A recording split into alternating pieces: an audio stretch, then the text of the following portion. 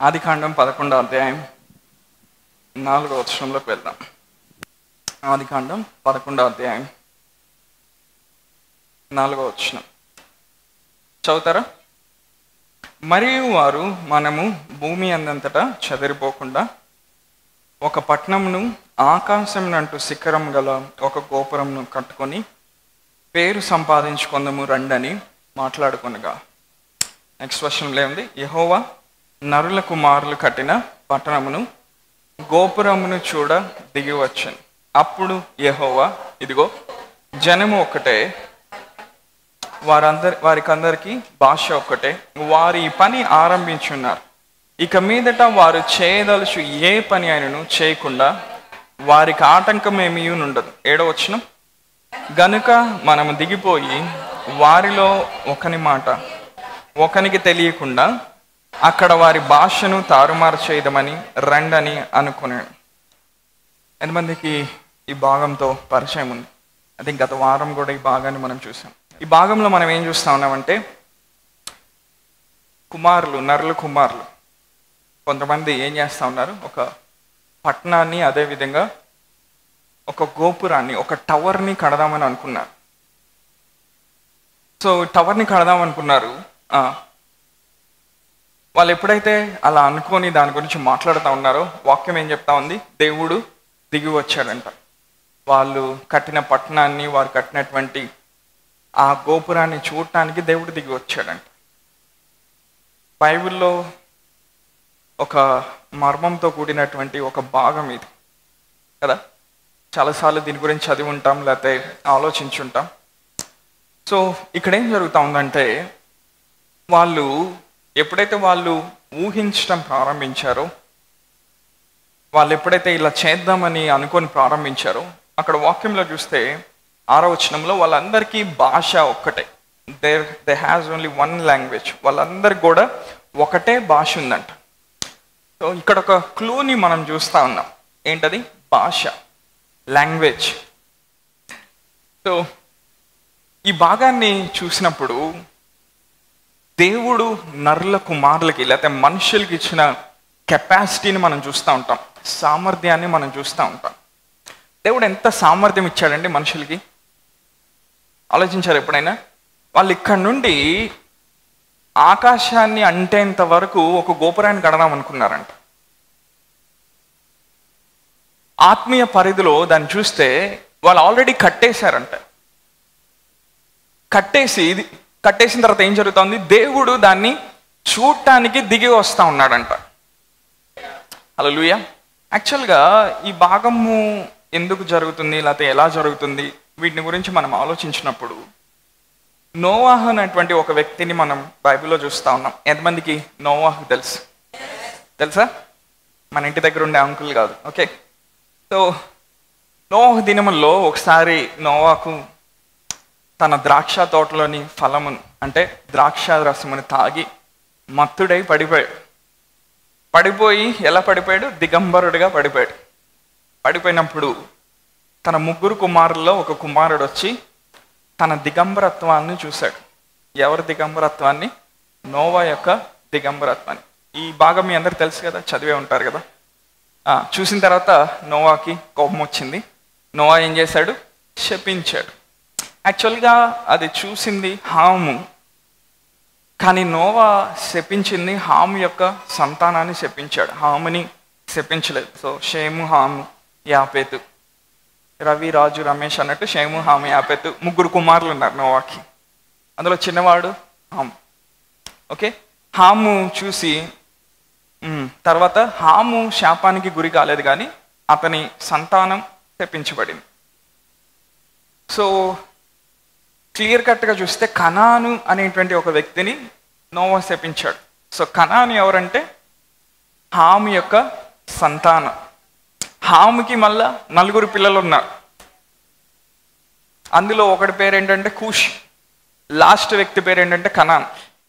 So కూషు సంతానంలో నుంచి వచ్చిన వాడు ఎవరంటే నిమ్రోద్ అనేటువంటి ఒక వ్యక్తి. సో ఆదికాండంలో నిమ్రోద్ అనేటువంటి ఒక వ్యక్తిని మనం చూస్తూ ఉన్నాం. హీజ్ అ మైటీ వారియర్ అని రాయబడి ఉంటుంది. సో ఈ నిమ్రోదు ఎలా వచ్చాడంటే, ఎప్పుడైతే నోవాహు తన గ్రాండ్ సన్ని, తన మనవుణ్ణి, వాళ్ళ తరాన్ని శపించాడో, వాళ్ళలో నుంచి పుట్టుకొచ్చిన ఒక వ్యక్తి ఎవరంటే నిమ్రోదు. సో 6వ అధ్యాయంలో ఏముంది? దేవుని కుమారులు వచ్చి నరుల కుమార్తెలతో పాపం చేశారని ఉంటుంది. ఆ సంతానంలో వాళ్ళు పుట్టినప్పుడు, అంటే దేవదూతలు వచ్చి నరుల కుమారులతో నరుల కుమార్తెలతో పాపం చేయడం మొదలు పెట్టినప్పుడు వాళ్ళకి ఒక సంతానం పుట్టేవాళ్ళు. ఆ సంతానంలో నుండి నెఫీలు అనేవాళ్ళు బయటకు వచ్చేవాళ్ళు. నెఫీలు అనేవాళ్ళు ఎవరంటే ఆజానుబాహులు అనమాట. 9 అడుగులు, 10 అడుగులు, 150, 170, 200 కిలోలు ఉండేవాళ్ళు. మనం ఎన్ని అడుగులు ఉన్నాం ఇప్పుడు? 5.5, 5, మహా అయితే 6, లేకపోతే 6, 2. వాళ్ళు ఎంత ఉండేవాళ్ళు? 9.5, 10, 11.5 అడుగులు అట్లా ఉండేవాళ్ళు. 200, 300 కిలోలు ఉండేవాళ్ళు. వాళ్ళు ఎవరంటే వారియర్స్ అనమాట. అంటే అక్కడ ఒక సూపర్ న్యాచురల్ ట్రాన్సాక్షన్ జరుగుతూ ఉంది ఈవిల్ వరల్డ్లో. సో వాటి గురించి మనం ఆలోచించాల్సిన అవసరం లేదు. ఆ సంతానంలో నుంచి వచ్చిన ఒక వ్యక్తి ఎవరంటే నిమ్రోద్. సో ఎప్పుడైతే దేవుడు మనుషుల హృదయంలోని ఆలోచనలంతా చెడిపోయినవని ఆయన చూశాడో, ఆయన ఏం చేశాడు? భూమి మీదకి జలప్రళయాన్ని పంపించాడు. జలప్రళయాన్ని పంపించినప్పుడు ఇప్పుడేం జరుగుతుంది? జలప్రళయం పంపించినప్పుడు ఇప్పుడేం జరుగుతూ ఉంది? వీళ్ళందరినీ కూడా కొట్టేసింది జలప్రళయం. వీళ్ళందరూ చనిపోయారు. కానీ వాళ్ళలో ఉన్న ఆత్మలు చనిపోవు. అదే నాతో ఉన్నారా? మనుషులు చనిపోయినప్పుడు చనిపోతారు, కానీ వాళ్ళ స్పిరిట్స్ చనిపోవు. అంటే ఈ నెఫిలిం స్పిరిట్ అనేది, ఈ నెఫిలిం ఆత్మ అనేది అట్లా కొనసాగుతూ ఉంది. అందులో నుంచి బయటకు వచ్చిన వ్యక్తుల్లో ఒక వ్యక్తి ఎవరంటే నిమ్రోద్. అదే నాతో ఉన్నారా? సో ఈ నిమ్రోద్ ఏం చేశాడంటే, కొంతమంది మనుషుల్ని ప్రేరేపించి దేవుడు ఎందుకు ఈ జలప్రళయం పంపించాడు, అసలు దేవుని దగ్గరికే మనం వెళ్దామని ఏం చేశాడు? ఆకాశం వైపుగా ఒక గోపురాన్ని కడదామని చూశాడు. ఎంతమంది నాతో ఉన్నారు? అంటే దేవుడు మనిషికి ఎంత సామర్థ్యం ఇచ్చాడో గ్రహించాలి. ఆలోచిద్దాం. ఆకాశం మీదకి గోపురం వేయాలంటే అది సాధ్యమవుతుంది అంటారా ఈ రోజుల్లో? మొన్న మన వాళ్ళు ఒకటి పంపించారు, చంద్రయాన్ 3 అని. అవునా? ఆ హైట్ వరకు, అంటే దాదాపు 3,80,000 కిలోమీటర్ల డిస్టెన్స్ పైకి. సో సాధారణంగా చూద్దాం. సాధారణంగా మనకు తెలిసినప్పుడు ఈ భూమిని కూడా కలిపి మొదటి ఆకాశం అంటారు.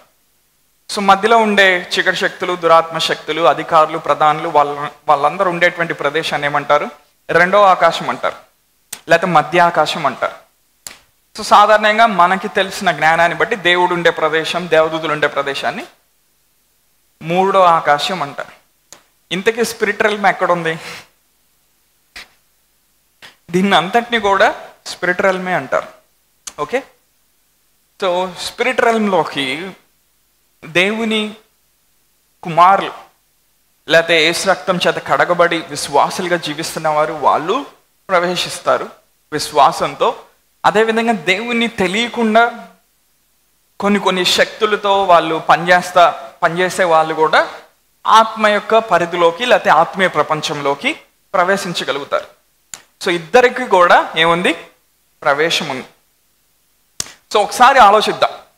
ఇక్కడ నుండి ఆకాశాన్ని అంటే అంత గోపురం కట్టాలంటే అది సాధ్యమవుతుందా? కానీ ఇక్కడ వాక్యంలో ఏమైంది? సాధ్యమైంది. ఒకసారి ఆ వచనాన్ని మరొకసారి చూద్దామా?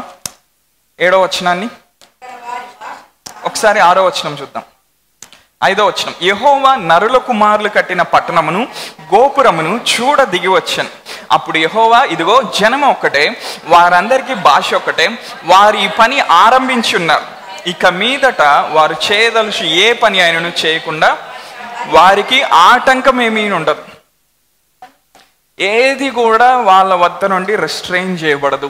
ఏది కూడా వాళ్ళ వద్ద నుండి, ఇంకో మాటలో చెప్పాలంటే మనుషులు ఏదైనా చేయదలచాలి, ఏదైనా చేయాలి అని అనుకుంటే వాళ్ళకి అది అసాధ్యం కాదు అని ఎవరు చెప్తా ఉన్నారు? దేవుడే చెప్తా ఉన్నాడు. అంటే అలాంటి కెపాసిటీని దేవుడు మనిషిలో పెట్టాడు. హల్లెలూయా.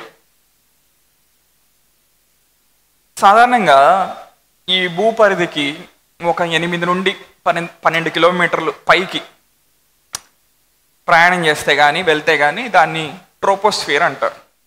అప్రాక్సిమేట్గా కొన్ని చెప్తాను వినండి. 8 నుంచి 12 కిలోమీటర్లు ప్రయాణం చేస్తే దాన్ని ఏమంటారు? ట్రోపోస్ఫియర్ అంటారు.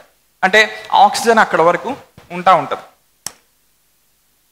అక్కడ నుంచి ఇంకొక 20 కిలోమీటర్ల పైకి వెళ్ళాం అంటే భూమి నుండి ఒక 50 కిలోమీటర్ల పైకి వెళ్ళాం. దాన్ని స్ట్రాటోస్ఫియర్ అంటారు. ఏమంటారు? స్ట్రాటోస్ఫియర్. అది ఎంత వస్తుంది? భూమి నుండి ఒక 50 కిలోమీటర్లు అనుకోవచ్చు. విమానాలు 30,000 అడుగులు 40,000 అడుగుల ఎత్తులో ప్రయాణం చేస్తూ ఉంటాయి. అంటే ఆల్మోస్ట్ స్ట్రాటోస్ఫియర్లో వెళ్తాయి లేకపోతే వెళ్ళొచ్చు అని చెప్పొచ్చు, మనం యాక్యురేట్గా చెప్పలేం. ఇంకొంచెం పైకి వెళ్తే ఇంకొక 25 ఇంకో 30 కిలోమీటర్లు వేసుకుందాం, 85 కిలోమీటర్లు వేసుకుందాం. ఎక్కడి నుండి? మీ ఇంటి దగ్గర నుంచి కాదు, భూమి నుండి. ఎక్కడికి? విజయవాడ రూట్లో కాదు, పైకి ఆకాశం వైపుకి. ఓకే, ఒక 85 కిలోమీటర్లు వేసుకుంటే దాన్ని మీసోస్ఫియర్ అంటారు. సో 100 కిలోమీటర్లు కానీ ఈ భూపరిధి నుంచి పైకి వెళ్తే that is the end of the earth. భూమికి సమాప్తం అక్కడ. అంటే భూమికి సంబంధించిన ఆ పరిధి కింద నుండి ఎంతవరకు ఉంది? ఒక 100 కిలోమీటర్ల వరకు ఉంది. సరే, ఒక 1000 కిలోమీటర్లు తీసుకుందాం. ఎక్కడి నుండి? భూమి నుండి ఒక 3,80,000 కిలోమీటర్ల ఎత్తు తీసుకుంటే మొన్న చంద్రయాన్ 3 అక్కడికే వెళ్ళింది. ఏమొస్తుంది? చంద్రుడు వస్తాడు. ఈ చంద్రుడు పైన ఇంకా పైకి వెళ్ళాలి. వెళ్తే కానీ అక్కడ దేవుడు చెప్పిన ఆకాశంలు అనేవి ఉంటాయి. అందరు నాతో ఉన్నారా? ఇప్పుడు నిమ్రోదు అతనితో ఉన్నవారు ఎక్కడికి నిచ్చెనేద్దాం అనుకున్నారు? ఎక్కడికి గోపురం వేద్దాం అనుకున్నారు? ఈవెన్ చంద్రుడు దాటి పైన ఉండే ఆకాశాల మీదకి గోపురం వేద్దాం అనుకున్నారు. వాళ్ళ ఉద్దేశం ఏంటంటే దేవుడు ఎందుకు మనుషుని శిక్షించాడని వాళ్ళకి కోపం వచ్చి ఆ పైదాకెళ్ళి దేవుణ్ణే లెక్క అడుగుదాం అనుకున్నారు వాళ్ళు. సో ఇదంతా జూయిష్ థియాలజీలో ఉంటుంది, బైబిల్లో ఉంటుంది. ఓకే, సో ఇప్పుడు దేవుడు ఏమన్నాడు? దేవుడు వాళ్ళని అబ్జర్వ్ చేశాడు. వీళ్ళు ఇది చేయాలనుకుంటే ఆల్రెడీ చేసేస్తున్నారు. ఎందుకంటే ఆ సామర్థ్యం వాళ్ళకి ఎక్కడి నుంచి వచ్చింది? దేవుని దగ్గర నుంచే వచ్చింది. ఆ సామర్థ్యం ఇచ్చింది ఎవరు? దేవుడు. అంటే వాళ్ళు ఎప్పుడైతే ఊహించడం మొదలు పెట్టారో, ఎప్పుడైతే ఒకటే భాషని కనుగొనటం మొదలు పెట్టారో, వాళ్ళు ఏం చేయగలిగారు? ఆత్మీయ పరిధిలో ఆల్రెడీ కట్టేశారు. బాహ్యంగా వాళ్ళు ఇంకా కట్టల, కానీ దేవుని దృష్టిలో ఆత్మీయంగా కట్టబడితే అది కట్టినట్టే. ఇంకా వాళ్ళు బాహ్యంగా కడితే ఇంకా నిజంగా పైకి వచ్చేస్తారని దేవుడు ఏమన్నాడు? వెంటనే వాళ్ళ భాషని మార్చేశాడు. అంటే ఆత్మీయంగా ఇక్కడ ఒక నియమాన్ని మనం గ్రహించవచ్చు. నేను చెప్పిన కథలో ఇప్పుడు దాకా ఎప్పుడైతే ఒక విషయాన్ని మనం ఊహించగలుగుతామో విశ్వాసం ద్వారా, ఆ ఊహించిన విషయానికి ఎప్పుడైతే భాషని జోడించగలుగుతామో, ఆ జోడించినటువంటి భాషని ఎప్పుడైతే విశ్వాసంతో మనం వ్యక్తపరచడం నేర్చుకుంటామో మనకి ఏదైనా సాధ్యమే. హల్లెలూయా. ఎంతమంది నాతో ఉన్నారు? అంటే 3 విషయాలు కావాలి ఇక్కడ. ఒకటేంటంటే ఇమాజినేషన్. రాసుకోండి ఒకవేళ మీరు రాసుకునే వాళ్ళు అయితే. ఒకటేంటంటే ఇమాజినేషన్, రెండోది ఏంటి? లాంగ్వేజ్, మూడోది ఏంటి? స్పీచ్ లేకపోతే కమ్యూనికేషన్. మన విశ్వాస జీవితంలో ముందుకు వెళ్ళడానికి చాలా నియమాలు ఉన్నాయి. ఇది ఒక నియమం. అదేంటి? ఏమేం కావాలి మనకి? ఊహించే సామర్థ్యం కావాలి. దేవుడు నీకు ఏదైతే వాగ్దానం చేశాడో దాన్ని ఊహించటం నువ్వు ప్రారంభించాలి. దేవుడు అందుకు ఊహించే సామర్థ్యాన్ని నీకు ఇచ్చాడు. హల్లెలూయా. నేను నిన్ను గొప్ప జనాంగంగా చేయబోతా ఉన్నాను. అబ్రహాం ఏం చేయాలి? ఊహించాలి. ఊహించిన తర్వాత అబ్రహాం ఏం చేయాలి? ఆ జనాంగంగా ఎలా అవుతామో దానికి ఒక భాషను, ఒక ఆత్మీయ భాషను కనుగొనాలి. అందుకనే దేవుడు మనకేం చేశాడు? పరిశుద్ధాత్మనిచ్చాడు. పరిశుద్ధాత్మలో మనం మాట్లాడుతూ ఉన్నప్పుడు మనం ఏం చేస్తూ ఉన్నాం? మర్మాలు పలుకుతూ ఉన్నాం. అందుకే అది మనకు అర్థం కాదు, కానీ ఆత్మీయ ప్రపంచంలో అది అర్థమవుతూ ఉంటుంది, దేవదూతులకి అర్థమవుతూ ఉంటుంది. హల్లెలూయా. ఆత్మీయ లోకంలో ఉన్న పరిశుద్ధులకు అర్థమవుతూ ఉంటుంది, పరలోక ప్రపంచంలో అర్థమవుతూ ఉంటుంది, కానీ మానవ పరిధిలో మనుషులకి అది అర్థం కాదు. అంటే ఇప్పుడు మనం భాషలతో మాట్లాడుతూ ఉన్నప్పుడు ఏం చేస్తూ ఉన్నాం? మర్మాల్ని మనం పలుకుతూ ఉన్నాం. ఆ మర్మాలు ఏమవుతున్నాయి? మనం ఏదైతే ఊహిస్తున్నామో, ఏదైతే నమ్ముతున్నామో, ఏదైతే దేవుడు చేస్తాడని ప్రకటిస్తూ ఉన్నామో, ఈ మర్మాలు వెళ్ళి ఏం చేస్తున్నాయి? వాటికి కనెక్షన్స్ని ఏర్పాటు చేస్తూ ఉన్నాయి. హల్లెలూయా. ఎంతమంది తీసుకోగలుగుతా ఉన్నారు? భూమి కిందకి ఒక 20,000 అడుగులు అట్లా తోయే అనుకో, ఏమొస్తుంది? గ్యాస్, ఆయిల్ వస్తాయి. అవునా? ఏంటండి అన్ని కొలతలు చెప్తున్నారు ఈరోజు? మనకు కావాల్సింది అదే. అంటే నేను ఈరోజు ఏం మాట్లాడుతూ ఉన్నాను? దేవుడు మనిషికి ఇచ్చినటువంటి సామర్థ్యం. హల్లెలూయా. ఈవెన్ ఈ 11వ అధ్యాయం కూడా ఆల్రెడీ ఏదైనా వనంలో ఆదాము అవ్వ పాపం చేసి పడిపోయారు. పడిపోయినా కానీ వాళ్ళ సామర్థ్యము తగ్గలేదు, వాళ్ళ కెపాసిటీ తగ్గలేదు. ఇంకో మాటలో చెప్పాలంటే ఆ పడిపోయిన వాళ్ళకున్న సామర్థ్యమే ఇది. అంటే పడిపోయిన వాళ్ళకి అంత సామర్థ్యం ఉంటే నేనేం మాట్లాడుతున్నానంటే, మధ్యాహ్నం ఫుల్గా నాన్ వెజ్ తినొచ్చి ఏంటి ప్రశాంతమైన ఫ్యాన్ గాల్లో కూర్చుంటే కళ్ళు బ్లర్ అవుతూ ఉంటాయి, విజన్ బ్లర్ అయింది. అవునా? ఏమీ అర్థం కాదు. రెండోది, సండే వాక్యం విని మళ్ళా సండే రోజు ఏదో 2 ముక్కలు బైబిల్ ఇస్తే ఏమీ అర్థం కాదు. ఎంతమంది నాతో ఉన్నారు? ఏం చెప్తా ఉన్నాను? దేవుడు మనిషికి ఇచ్చిన సామర్థ్యం చెప్తా ఉన్నాను. అంటే ఒక మనిషి ఒక టవర్ని ఎక్కడి దాకైనా లేపి కట్టగలడు, లేకపోతే భూమి లోపలికి ఎక్కడికైనా వెళ్ళి కావాల్సిన ఖనిజాలని బయటికి తీసుకొని రాగలడు. That is our capacity. అందరు చెప్తారా? అది మన సామర్థ్యం. మానిటర్ సౌండ్ బెంచ్, అదేంటది? మన సామర్థ్యం, మన కెపాసిటీ. ఈరోజు నేను చెప్పే వాక్యం ఏంటంటే, మీరు దాన్ని ఊహించడం ప్రారంభించాలి. ఏం చేయాలి? ఊహించాలి, ఆలోచించాలి. అంటే నీ వైపు చూసిన ఏమనుకోవాలి? దేవుడు నాకు ఇంత సామర్థ్యం ఇచ్చాడా? వాళ్ళు చేయదలిచిన ఏ పని కూడా చేయకుండా వాళ్ళని ఎవరు ఆపలేరంట. ఆ మాట ఎవరంటా ఉన్నారు? దేవుడు అంటా ఉన్నాడు. సరే, ఈ మధ్య కొత్తగా కొంతమంది శాస్త్రవేత్తలు రోబోల్ని కనిపెడతా ఉన్నారు, రోబోట్స్ని. అవి ఎలాంటి అంటే చాలా చిన్నగా ఉంటాయి రోబోట్స్. అవి ఏం చేస్తారంటే మన బాడీ లోపలికి పంపించేస్తారు. బాడీ లోపలికి పంపిస్తే ఆ రోబోట్ వెళ్ళి ఏం చేస్తుందంటే మనకి ఎక్కడ వ్యాధి ఉందో డిటెక్ట్ చేస్తుంది. అది డిటెక్ట్ చేసి దానికి తగినటువంటి పరిష్కారాన్ని చెప్తుంది. ఏంటది? రోబోట్. నెక్స్ట్ మళ్ళీ ఆ రోబోట్ని పంపించినప్పుడు ఏమవుతుందంటే ఎక్కడ బాడీలో ఆ భాగము సరిగా లేదో వెళ్ళి దాన్ని అది సరిచేసి వస్తుంది. హల్లెలూయా. ఆల్రెడీ వీటన్నిటి మీద పరిశోధన జరుగుతూ ఉంది. అంటే మానవుని యొక్క మేధస్సు ఎంతగా అభివృద్ధి చెందుతా ఉందో చూద్దాం. హల్లెలూయా. ఇంకా బాగా చెప్పాలంటే ఒకప్పుడు సెల్ ఫోన్లు లేవు, ఒకప్పుడు టీవీలు లేవు, రేడియోలు లేవు. అవునా? ఒకప్పుడు పెద్ద పెద్ద ఫ్యాక్టరీస్, పెద్ద పెద్ద కంపెనీస్ లేవు. ఎప్పుడైతే ఇండస్ట్రియల్ రెవల్యూషన్ వచ్చిందో ప్రపంచంలోకి 18వ శతాబ్దంలో, ఇండస్ట్రియల్ రెవల్యూషన్ వచ్చిన తర్వాత ఫస్ట్ వాళ్ళు ఏం చేశారు? స్టీమ్ ఇంజిన్ని కనిపెట్టారు. స్టీమ్ ఇంజిన్ని కనిపెట్టిన తర్వాత అక్కడి నుండి దాన్ని చూసి పెద్ద పెద్ద ఇన్స్ట్రుమెంట్స్ని, పెద్ద పెద్ద ఇంజిన్స్ని కనిపెట్టడం ప్రారంభించారు. ఎవరు? మనుషులు. అంటే గత 150 సంవత్సరాలు, 200 సంవత్సరాల నుంచి చూస్తే ప్రపంచం ఎన్నో రెట్లు అభివృద్ధి చెందింది. ఈ 200 సంవత్సరాలకు ముందు అసలేం లేదు ప్రపంచంలో. ఇంకో మాటలో చెప్పాలంటే అంటే ఇదంతా ఎక్కడి నుంచి వచ్చింది? గత 150 సంవత్సరాలు, గత 200 సంవత్సరాల్లోనే వచ్చింది.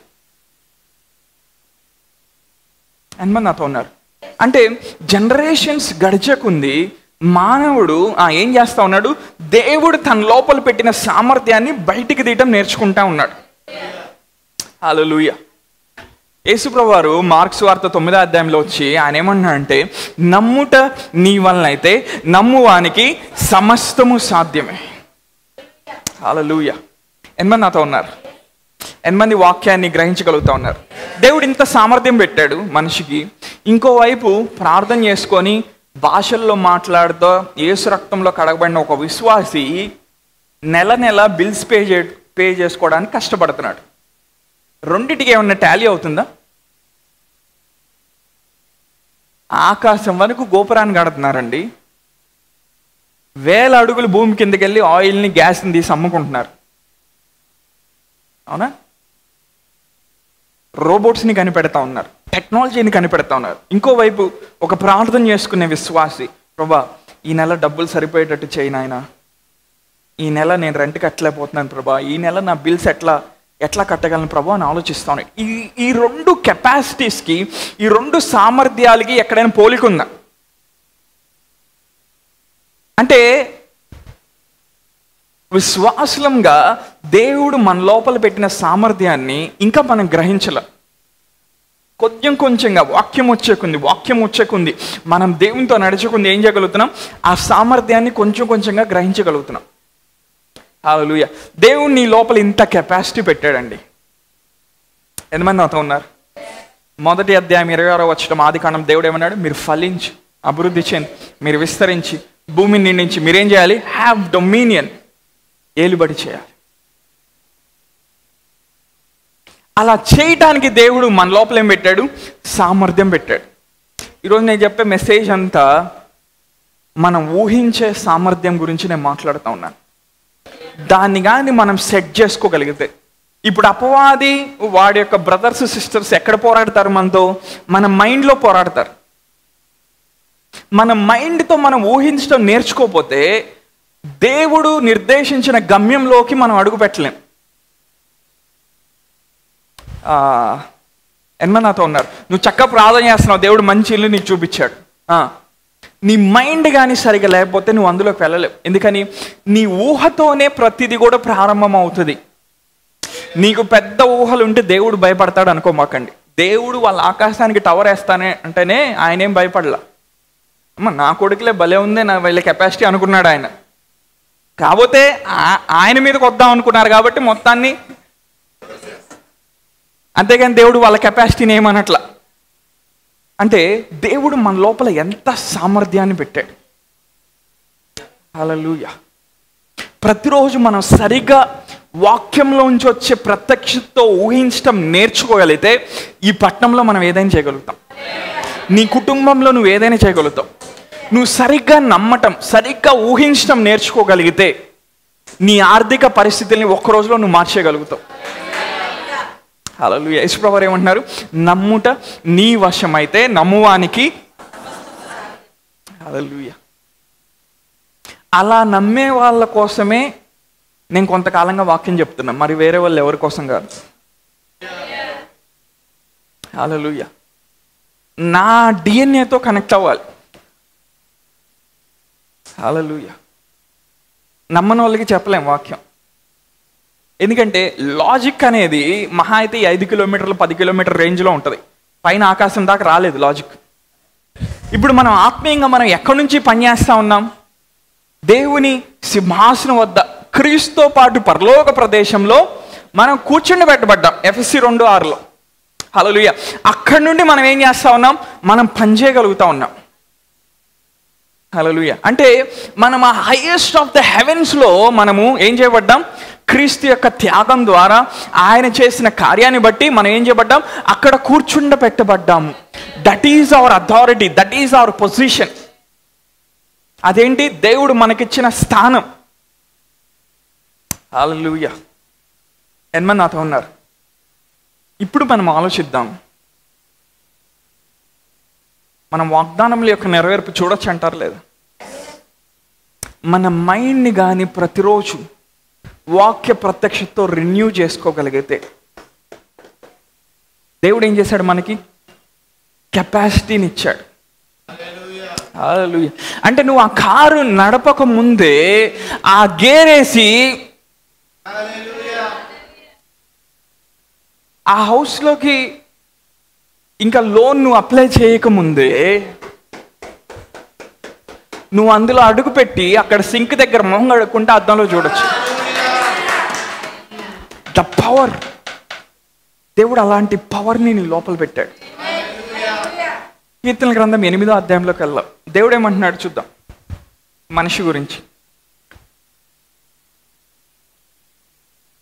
4వ వచనం, నీవు మనిషిని జ్ఞాపకం చేసుకొనుటకు వాడేపాటి వాడు, నీవు నరపుత్రుని దర్శించుటకు వాడేపాటి వాడు.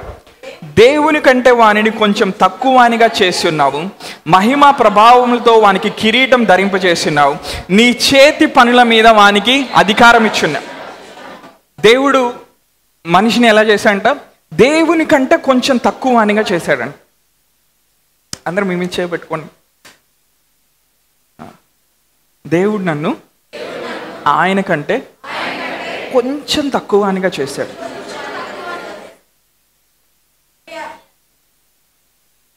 యేసుప్రభువు వారు ఆయన యూదులతో మాట్లాడుతూ ఏమంటున్నాడు? మీరు దైవముల వంటి వారు కారా అంటున్నాడు. మీరు భూమి మీద దేవుళ్ళు కారా? హలో, వాక్యంలో ఉన్నది, నా సొంత తర్జుమా కాదు.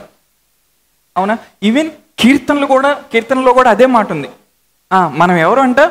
దైవములు లాంటి వాళ్ళమంట. అంటే దేవుడు ఎంత కెపాసిటీ మన లోపల పెట్టాడు, ఎంత సామర్థ్యాన్ని మన లోపల పెట్టాడు. మన లోపల ఇంత కెపాసిటీ పెట్టుకొని మనం ఏం చేస్తున్నాం, అది పాయింట్.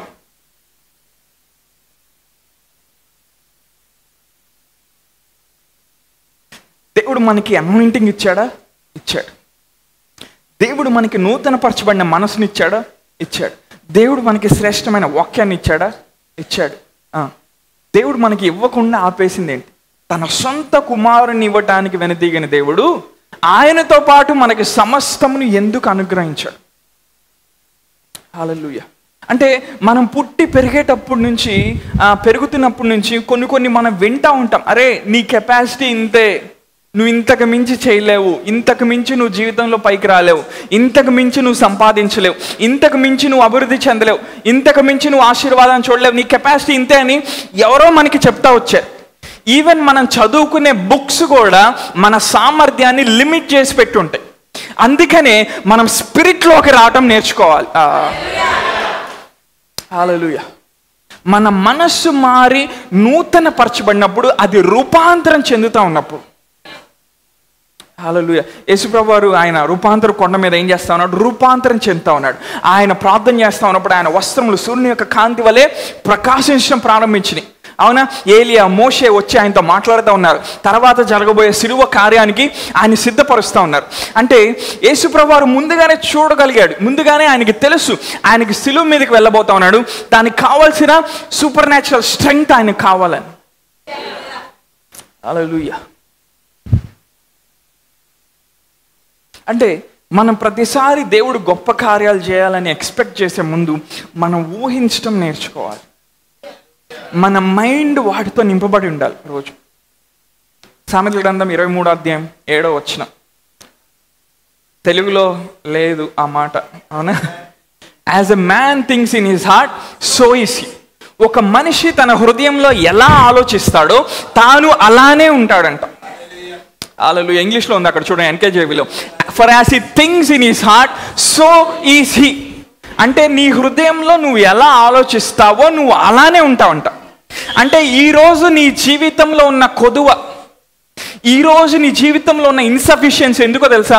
నువ్వు అలా ఆలోచిస్తున్నావు కాబట్టి. నువ్వు ఆలోచించగలిగితే, నువ్వు దానికి భాషను జోడించగలిగితే, విశ్వాసాన్ని వ్యక్తపరచడం మొదలు పెడితే ఆ కొదువ అక్కడ ఉండదు, ఆ లేమి అక్కడ ఉండదు. కానీ నీ కాన్సన్ట్రేషన్ దాని మీద లేదు, వేరే వేరే సమస్యల మీద ఉంటా ఉంటుంది. హల్లెలూయా. ఈరోజు నువ్వు ఉన్న ఇంట్లో ఎందుకు ఉంటున్నావు తెలుసా? నీ ఆలోచన అది. ఈరోజు ప్రతిసారి నువ్వు బ్యాంక్ బ్యాలెన్స్ చూసి నువ్వు భయపడతా ఉంటావు, ఎందుకో తెలుసా? నీ మనసు అంతవరకే, నీ కెపాసిటీ అంతవరకే నువ్వు అనుకుంటున్నావు. దేవుడు ఎప్పుడు లిమిట్ పెట్టలా. దేవుడు ఏమన్నాడు? టవర్ కడతాడా? ఏంటి అన్నాడు. హల్లెలూయా. వాక్యంలో ఉంది, నువ్వు అడుగు వాటికంటే, ఊహించు వాటికంటే అత్యధికంగా చేయగలిగిన శక్తి కలిగిన దేవుడు ఆయన. Hallelujah. You need to bring out the capacity in your spirit. నీ తిరిగి జన్మించిన ఆత్మలో ఉన్న సామర్థ్యాన్ని నువ్వు బయటకు తీసుకొని రావడం నేర్చుకోవాలి. అందుకే దేవుడు ఏం చేశాడు, భాషల్లో ప్రార్థన చేసే వరాన్ని మనకిచ్చాడు. మనం ఎప్పుడైతే భాషలు మాట్లాడుతూ ఉంటామో దేవుని యొక్క పవర్ని మనం రిలీజ్ చేస్తూ ఉంటాం. ఒక బిల్డింగ్ కడుతున్నావా, ఒక ప్రాజెక్ట్ చేస్తూ ఉన్నావా, దేవుని యొక్క అనాయింటింగ్ చేత నువ్వు నింపబడి నువ్వు భాషల్లో మాట్లాడుతున్నప్పుడు ఏం జరుగుతుంది, ఆ పవర్ని నువ్వు డైరెక్ట్ చేస్తూ ఉన్నావు. ఆ పవర్ని నువ్వు ఎక్కడికి వెళ్ళి ఆ పవర్ కొడితే కార్యం జరిగిద్దో ఆ కోడ్ని నువ్వు కొడతా ఉన్నావు. అందుకే భాషల్లో మాట్లాడటం అనేది కోడ్ లాంగ్వేజ్. అది హల్లెలూయా. మీ జీవితంలో ఉన్న ప్రతి కొరత నుంచి ఈరోజు బయటికి రావాలనుకుంటున్నారు. There is an anointing for it. దానికి ఒక అనాయింటింగ్ ఉంది, దానికి ఒక అభిషేకం ఉంది. నువ్వు మొదట ఊహించడం నేర్చుకోవాలి. నా గిన్నె నిండి పొర్లుతా ఉన్నది. హల్లెలూయా. నాకున్న బ్యాంక్ బ్యాలెన్స్ బట్టి కాదు నేను జీవించేది. నేను ఊహించగలిగితే, దానికి విశ్వాస సంబంధమైన భాషను పెట్టగలిగితే, దాన్ని ఆత్మ పరిధిలో కమ్యూనికేట్ చేయడం నేను మొదలు పెడితే, హల్లెలూయా, పరిస్థితులన్నీ మార్చబడబోతా ఉన్నాయి. That is the power of the blessing. దేవుని ఆశీర్వాదానికి ఉన్న శక్తి అది ఎక్కడుంది? మన లోపల ఉంది. హల్లెలూయా. మనం ఏం చేయాలి? గొప్ప వాటిని, వాక్యాన్ని ధ్యానించి దేవుడు గొప్ప కార్యాలు చేస్తాడని ఎలా చెప్పాడో ఆ గొప్ప కార్యాలని ముందుగానే ఊహించడం ప్రారంభించాలి. ఈరోజు ఒకటే మాట చెప్తాను, ఏంటి? ఊహించడం, ఇమాజినేషన్. కానీ మనం ఏం ఊహిస్తాం 24 గంటలు? వాళ్ళు సరిగ్గా లేరండి, ఇది బాగాలేదండి, ఈ నెల డబ్బులు సరిపోలేదండి, మొన్నే టమాటాలు 200కి వెళ్ళినాయండి.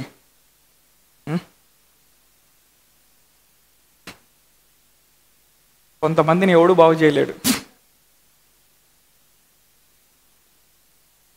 మనకెప్పుడు పైకి రావటం మనకి ఇష్టం ఉండదు. జస్ట్ ఉన్న ప్లేస్లోనే కంఫర్ట్గా ఉండాలి. కూల్గా ఉంది, ఇక్కడ ఏసీ వేసుకున్నాను, ఫుల్గా చిల్ అవుతున్నాను ఇక్కడ. దేవుడు ఏమంటున్నాడు? నువ్వు ఊహించావా? నువ్వు ఊహిస్తేనే అది లెక్కలోకి వస్తుంది. ఎందుకని? దేవుడు ఏమన్నాడు? నువ్వు అడుగు వాటికంటే ఊహించు వాటికంటే. నువ్వు ఊహించడం మొదలుపెట్టినప్పుడు, నువ్వు వాక్యంలోకి వెళ్ళి వెతుక్కున్నప్పుడు దేవుడు అక్కడ దాకా చేయగలడా లేదా నీకు అర్థమవుతుంది. ఎప్పుడైతే ఆయన చేయగలడు, ఆయనకు అంత సామర్థ్యం ఉంది, మనకంత సామర్థ్యం ఇచ్చాడని నువ్వు గ్రహిస్తావో అప్పుడు ఏం చేస్తావంటే దాంతో ఎలా మాట్లాడాలో నువ్వు నేర్చుకుంటావు. హల్లెలూయా. నువ్వు ఊహించేవి అవి శ్రేష్టమైనవిగా ఉండాలి, అవి దేవుని సంబంధమైనవిగా ఉండాలి, అవి దేవుని యొక్క గొప్పతనాన్ని బయలుపరిచేగా ఉండాలి.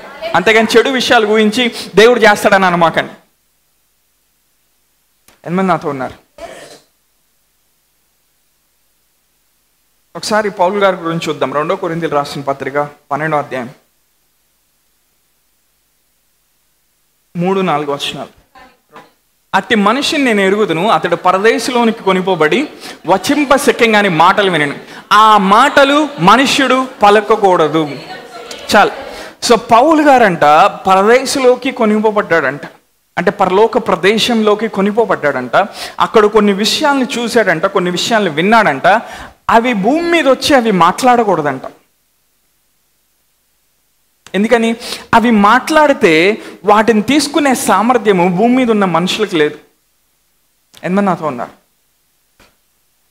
దేవుడు ఇదే కృపని ఆయన మనకిస్తా ఉన్నాడు. హల్లెలూయా. మనం ఎప్పుడైతే దేవుని వాగ్దానాల వైపు చూస్తూ ఉంటామో, ఎప్పుడైతే దేవుడు గొప్ప కార్యాలు చేస్తాడని విశ్వసిస్తూ ఉంటాం, మనల్ని కూడా ఆయన ఏం చేస్తాడు? ఆత్మ పరిధిలోకి తీసుకెళ్ళడం మొదలు పెడతాడు. పౌలు గారు ఇప్పుడు అక్కడ కొన్ని చూశాడు. చూసిన తర్వాత వాటికి భాషను జోడించడం మొదలుపెట్టాడు. He created a language for it to happen. ఆ చూసిన విషయాలు భూమి మీద జరిగించడానికి ఒక భాషని క్రియేట్ చేశాడు పౌలు గారు. అందుకని కొరింథీయుల్లో ఒక చోట ఏమంటాడు? మీ అందరికంటే నేను ఎక్కువ భాషల్లో మాట్లాడతానన్నాడు. అంటే పౌలు గారికి తెలుసు ఆత్మీయంగా ఏం చూశాడో దాన్ని ఎట్లా భూమి మీదకి తీసుకొని రావాలో తెలిసిన వాళ్ళలో ఒక ఎక్స్పర్ట్ ఎవరంటే పౌలు గారు. He knows that spiritual code.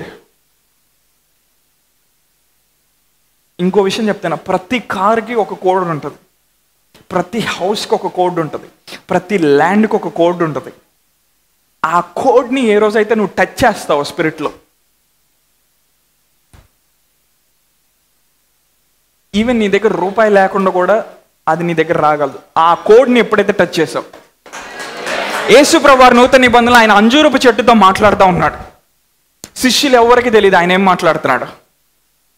అంజూరపు చెట్టు వింటా ఉంది, దానికి తెలుసు ఇక్కడ నేను ఫెయిల్ అయ్యానని. ఆయన ఒక కోడ్ నొక్కాడు అక్కడ. నెక్స్ట్ డే వచ్చేసరికి అది ఎండిపోయింది వేర్లతో సహా. He knows.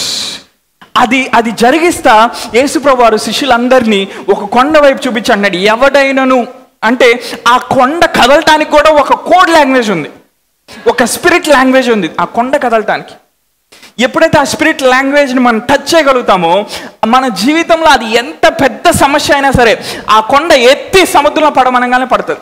ఎందుకని దాని కోడ్ని నువ్వు కొట్టావు కాబట్టి.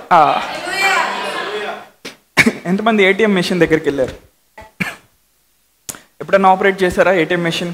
ఇప్పుడంటే మొబైల్ బ్యాంకింగ్, ఇంటర్నెట్ బ్యాంకింగ్, అన్ని బ్యాంకింగ్ వచ్చింది. కానీ డిజిటల్ బ్యాంకింగ్, ఏటీఎం దగ్గరికి వెళ్ళి నువ్వేం చేయాలి? నీ కార్డు పెట్టి నువ్వేం చేయాలి?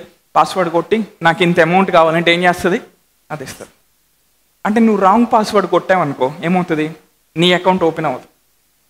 అలానే ఆత్మీయ జీవితంలో కొన్ని వాటిని మనం పొందడానికి ప్రతిదానికి ఏముంటాయి? కోడ్స్ ఉంటాయి, ప్రతిదానికి పాస్వర్డ్స్ ఉంటాయి. అందుకు మనం ప్రతిరోజు దేవునితో నడవాలి. హల్లెలూయా. ఇప్పుడు పౌలు ఏం చేస్తా ఉన్నాడు? భూపరిధికి వచ్చిన తర్వాత అలాంటి అనుభవాలు పరదేశంలో పొందిన పౌలు ఇప్పుడు ఏం చేస్తున్నాడు? కొరింథీ పట్టణంలోకి వెళ్ళాడు. వాళ్ళంతా విగ్రహారాధన చేస్తూ ఉన్నారు, వ్యభిచారం చేసే వాళ్ళు భయంకరంగా ఉన్నారు, వేశ్యలు భయంకరంగా ఉన్నారు. పౌలు అక్కడికి వెళ్ళి నేను సిలువ వేయబడిన క్రీస్తుని తప్ప దేని గురించి మీకు బోధించడానికి రాలేదని చెప్పి అక్కడున్న చీకటి దుర్గాల్ని టప్ప టప్ప టప్ప టప్ప ఒకటోటి కూల్చగలిగాడు. అందుకని పౌలు రాసిన పత్రికల్లో మెగా చర్చ్ ఉన్నటువంటి ఆ సంఘం ఏదంటే కొరింథీ సంఘం. అందుకే వాళ్ళతోనే అంటున్నాడు, నేను పరదేశంలోకి వెళ్ళి కొన్ని విషయాలు నేను వినొచ్చాను. హల్లెలూయా. ఇలాంటి ఆకలి మనకు కావాలండి, ఇలాంటి ప్యాషన్ మనకు కావాలి, ఇలాంటి హంగర్ మనకు కావాలి. నువ్వు ఆశపడు, దేవుడు నేను అక్కడ దాకా తీసుకెళ్తాడు. నువ్వు ఆశపడాలి, ప్రభా నాకు చూపించు, ప్రభా నాతో మాట్లాడు, ప్రభా నన్ను నడిపించు, ఇది నేను చేయాలనుకుంటున్నాను ప్రభా, నువ్వు నాకు సామర్థ్యం ఇచ్చావు ప్రభా, ఇది నేను చేయకుండా ఆగిపోవడానికి వీల్లేదు, ఇది నా గమ్యం ప్రభా, ఇది నా బహుమానం ప్రభా, ఇది నా స్వాస్థ్యం అని నువ్వు అడగటం మొదలుపెట్టు. దేవుడిని కోడ్స్ చూపించడం మొదలు పెడతాడు. హల్లెలూయా. పౌలు సంథింగ్ ఆ పరదేశ్ నుండి ఆ కోడ్ లాంగ్వేజ్ని తెచ్చుకోగలిగాడు, ఆ స్పిరిట్ లాంగ్వేజ్ని తెచ్చుకోగలిగాడు. అందుకే ఒక చోట రాళ్ళతో కొట్టి పౌలు గారు చనిపోయాడని వెళ్ళిపోయారు. కానీ ఏం చేస్తున్నాడు? ఆయనకేదో తెలుసు. ఎందుకని? ఈ రెల్మ్ నుండి ఆయన తీసుకురాలా. కొన్ని వాటికి పరిష్కారాలు అక్కడే ఉంటాయి. హల్లెలూయా. ప్రతిసారి చీమలు వచ్చి నీ కాళ్ళని కొడతా ఉన్నాయి. ఇప్పుడు నువ్వేం చేయాలి? అక్కడి నుంచి వెళ్ళిపోవాలి, లేకపోతే వాటిని చంపుతా కూర్చోవాలి. కానీ నువ్వు ఒక బుల్డోజర్ వేసుకొని వచ్చావనుకో, ఒక ప్రొక్లైన్ వేసుకొని వచ్చావనుకో, ఇంకా చీమలు ఇంకా రావు అక్కడికి బై మిస్టేక్ కూడా. నీకు ఏ సొల్యూషన్ కావాలి? ప్రతిసారి చీమ కొట్టంగానే అక్కడ నుంచి పారిపోతావా? లేకపోతే ఆత్మలో నువ్వు బలపరచబడి ఒక బుల్డోజర్ విశ్వాసంతో. హల్లెలూయా. దేవుడు అలాంటి వాళ్ళని ఈ సంఘంలో ఆయన లేపును గాక. హల్లెలూయా. మన జీవితాల్లో జరిగే కార్యాలను చూసి మనుషులు వాళ్ళ బుర్రను తీసి చూసుకొని మళ్ళీ పెట్టుకోవాలి. ఈ జనరేషన్కి దేవుడు అలాంటి కార్యాలు చేయబోతున్నాడండి. హల్లెలూయా. మన జీవితాల్లో జరిగే కార్యాలు చూసి వీళ్ళ దేవుడు ఎవడరా బాబు అనాలి మనుషులు మమ్మల్ని చూసి. నువ్వు అడుగు వాటికంటే నువ్వేం చేయాలి? ఫస్ట్ ఆయన వాక్యాన్ని ధ్యానించి నువ్వు ఊహించడం ప్రారంభించాలి. ప్రభా నువ్వు ఇలా చేయి ప్రభా. యేసుప్రభు ఒకరోజు ప్రార్థన చేసుకొని బయటకు వస్తున్నాడండి.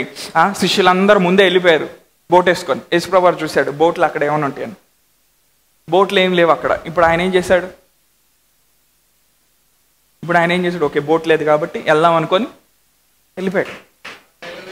దేవుడు మన లైఫ్ని కూడా ఆయన అలాంటి డిజైన్ చేశాడు. ఒక క్రిస్టియన్గా, ఒక విశ్వాసిగా నువ్వు చిన్న వాటి కోసం ఎప్పుడు పిలువబడలేదు. హల్లెలూయా. కొన్ని విషయాలు మనం తెలుసుకోకుండా మనల్ని మోసం చేశారు చాలామంది చాలా కాలం. మనకు ఒకటే తెలుసు, ప్రభా ఈరోజు నేను తప్పు చేయకూడదు అనుకున్నాను ప్రభా, చేశాను నాయన, చేశాను ప్రభా, చేశాను నాయన.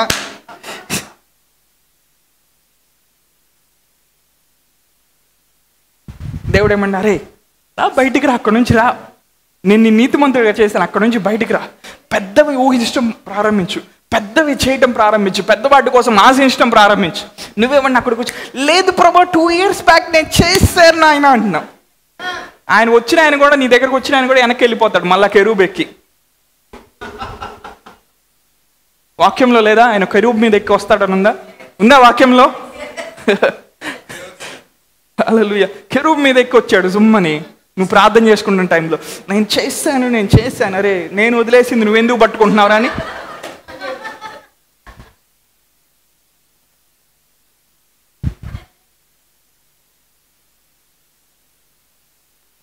మన లైఫే ఒక సూపర్ న్యాచురల్ లైఫ్. దేవుడు దాన్ని అలా డిజైన్ చేశాడు.